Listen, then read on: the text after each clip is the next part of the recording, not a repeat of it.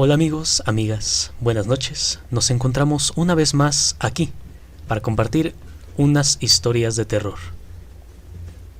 ¿Alguna vez en su juventud o niñez les sucedió algo paranormal? Algo que en ese momento no pudieron explicar o que les pareció normal, pero que ahora, y al recordarlo, les parece de todo menos eso?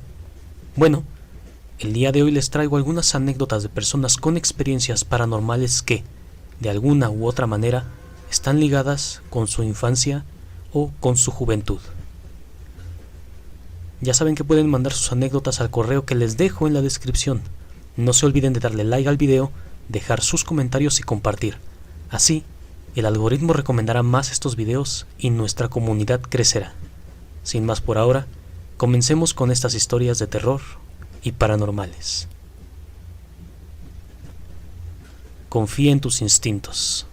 Mi encuentro amistoso en el tren salió mal. Volví a casa desde mi hospital y llegué tarde a la estación. Perdí el tren y tuve que esperar unas 2 horas para el siguiente.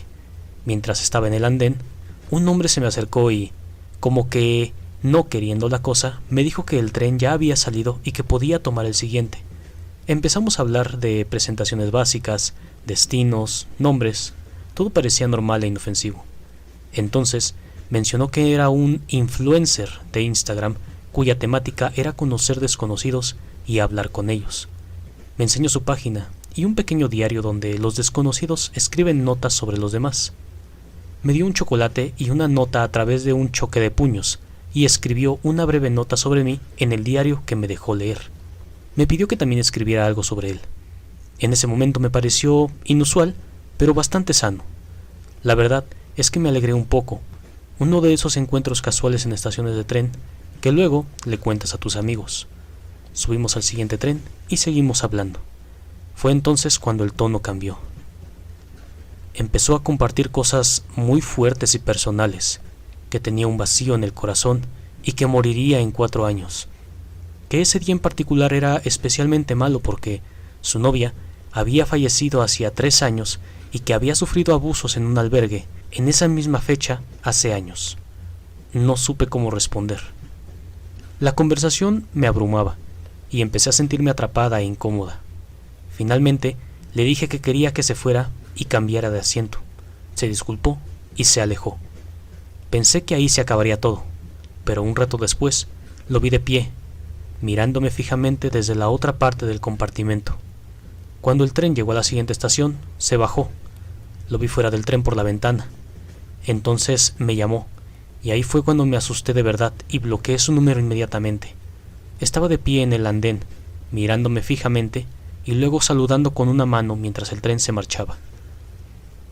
No ocurrió nada físicamente amenazante, pero mis instintos me gritaban que algo no iba bien, y les hice caso. Comparto esto aquí porque incluso los encuentros que empiezan siendo amistosos pueden cambiar rápidamente. Confiar en tu instinto es razón suficiente para alejarte.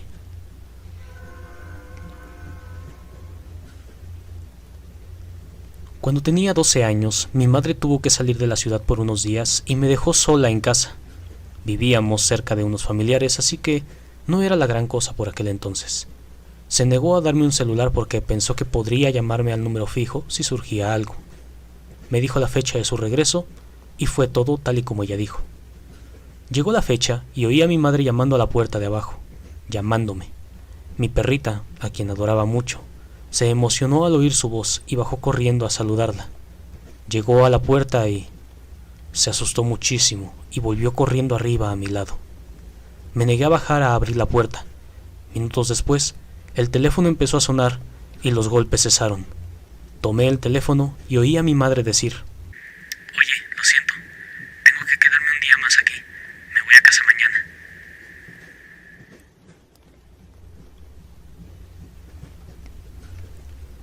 Era un policía novato. Mi hermano se quitó la vida. Era uno de mis hermanos mayores, pero éramos muy unidos. Murió en otro estado, y entonces me sentí muy culpable por no haber reconocido las señales. Sus restos estaban en mal estado cuando lo encontraron, así que fue un servicio funerario a cofre cerrado. Una semana después de su muerte, volví al trabajo una noche, y mi compañero y yo vimos a un chulo azotando con un arma a una de sus chicas. Salí de un salto, el tipo me vio y comenzó la persecución. Corrí tras él, pistola en mano, y él se metió por un pasillo estrecho bajo un edificio que conducía a un patio en el centro. Justo antes de llegar al patio escuché un «No pasa nada». Era la voz de mi hermano. Salí al patio y el tipo estaba contra el costado, apuntándome con su arma a la cabeza. Él apretó el gatillo 2 veces. Me quedé paralizado por un milisegundo y luego comencé a golpearlo en la cabeza con mi revólver. Hasta el día de hoy no sé por qué no le disparé. Lo esposé y lo llevé de vuelta a la calle para encontrarme con mi compañero. Le conté que apretó el gatillo, pero no la voz que escuché. Descargamos el arma, que era un revólver calibre 32, allí mismo, y 2 de las balas tenían marcas de impacto. Llevé el arma al laboratorio para analizarla y le conté la historia al técnico. Al guardar las 2 balas con marcas de impacto y dispararlas en un tanque de pruebas, ambas se detonaron. De pequeña vivíamos en un albergue para mujeres y niños maltratados porque mi padre nos estaba buscando. Fue un divorcio terrible. El estado de Alabama le dio la custodia. Mi madre nos llevó a Washington. Una noche me miré al espejo y vi un demonio peludo mirándome. Grité y lloré y corrí a buscar a mi madre, quien me aseguró que el espejo era normal. Pero esa noche, un hombre de aspecto amable al que solo pude describir como un fantasma, apareció al pie de mi cama. Estuvo allí toda la noche, pero desapareció al despertarme. Luego, la noche siguiente y a la siguiente. Él estuvo allí todas las noches durante 4 meses. Nunca hablamos, nunca se movió, solo montaba guardia. Entonces una noche me despertó y nunca olvidaré mi sorpresa, porque nunca lo había visto moverse ni hablar. Me dijo: «Ya viene, salgan ya». Así que cargamos el coche y nos fuimos a un hotel a pasar la noche. A la mañana siguiente volvimos y descubrimos que alguien había entrado y había ido de habitación en habitación buscando a alguien. Estoy segura de que ese era mi padre. Nunca volví a ver al hombre sentado al pie de mi cama.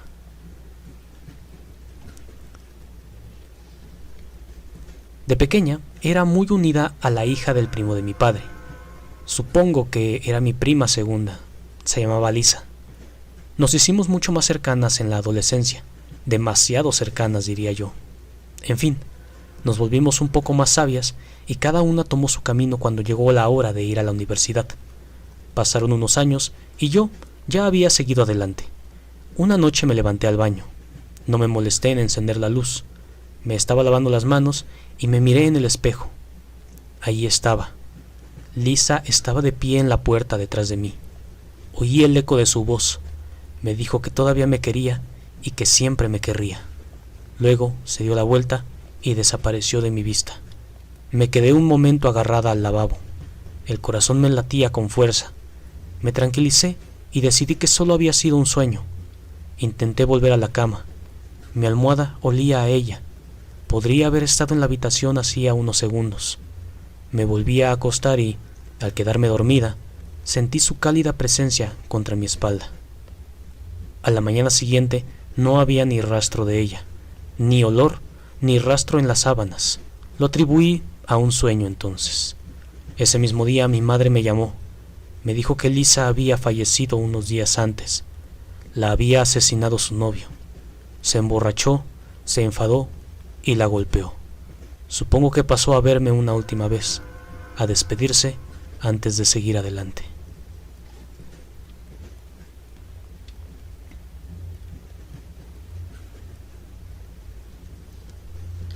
A los 4 años odiaba atarme los zapatos. Era fatal y no progresaba. Una mañana estaba hecha un berrinche porque mi madre me había dicho que me atara los zapatos antes de salir de casa, y yo intentaba evadir esa horrible responsabilidad mientras lloraba y gritaba en el 3er o 4.er escalón de la escalera. El techo de la escalera se extendió horizontalmente desde el 2.º piso hasta el espacio que había encima del 1.er escalón, donde se encontraba una pared vertical que conectaba el techo del 2.º piso con el del 1.º. Imagínate una gran L invertida. Yo estaba gritando en uno de los escalones inferiores y mi mirada se desvió hacia arriba después de unos minutos. Dejé de llorar al instante y me quedé en silencio.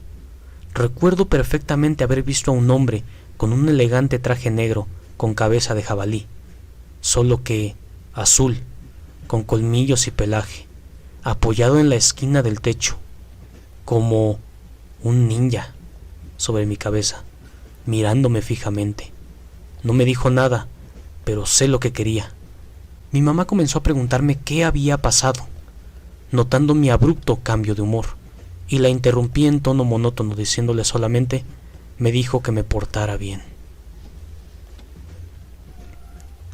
Esto pasó cuando yo tenía 17 años. Cuando aún vivía en la casa de mi infancia, me escapaba a altas horas de la noche para encontrarme con unos amigos. Entré por la puerta trasera y al girarme, sentí que alguien me observaba. Pensé que me habían atrapado. Me giré para ver quién era y vi una figura totalmente monocromática. El pelo era completamente negro, más negro que el negro. Su rostro era como una estática sobre blanco o gris, y llevaba un vestido entre esos dos colores. No tenía rasgos faciales, solo la silueta de una joven mirándome. Alcancé la puerta lo más rápido que pude y, al intentar cerrarla, la puerta se cerró enseguida y sola.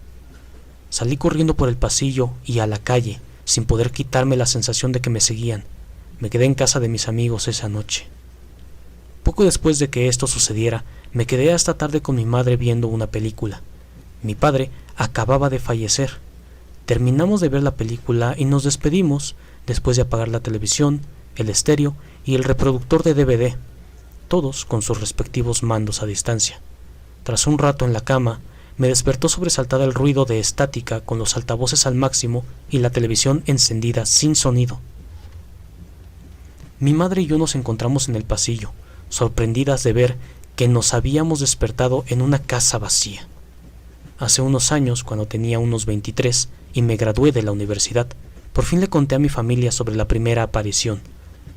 Antes de que pudiera terminar mi descripción del fantasma, ella terminó por mí.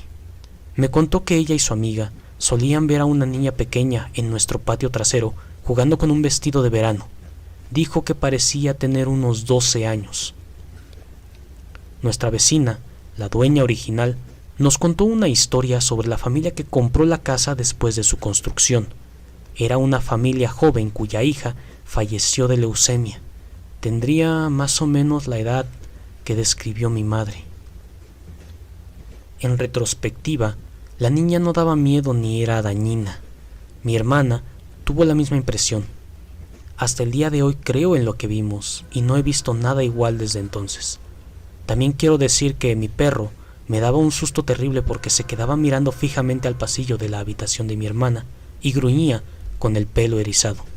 Siempre se ponía nerviosa y nunca relacioné las dos cosas hasta un tiempo después de ver a esa niña.